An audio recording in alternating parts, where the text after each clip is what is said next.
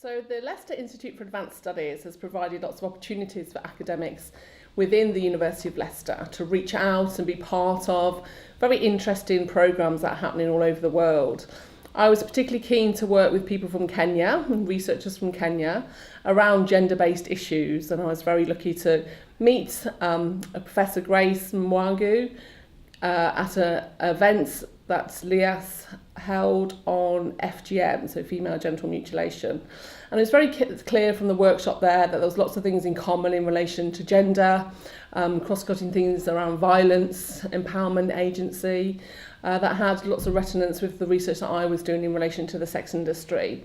So LIAS came up with these fellowships, and it's been great to be a host in order to facilitate some really interesting work that's happening across the two universities.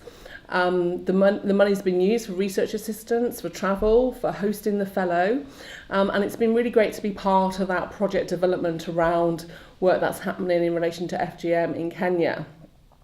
Being a host essentially gives you lots of benefits to learn from other people across the world. It really does facilitate that internationalisation of your own research and bringing people over to Leicester and to the UK. It really does enable that travel across countries, across continents, and facilitates that wider partnership building with NGOs and partners in two different countries.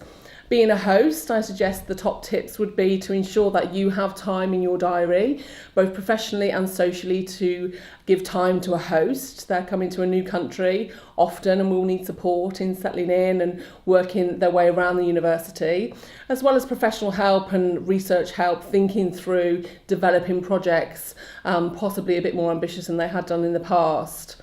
The second tip also would be around making sure in your department there is administrative support.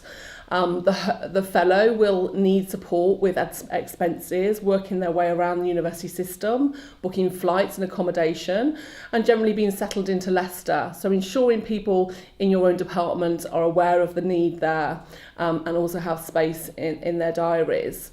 The third point I would make is ensuring that when you're working with a host and thinking of hosting somebody, that there is the mutual intellectual benefit around the ideas, so that you know that you're learning something new and that you're able to contribute to someone else's project.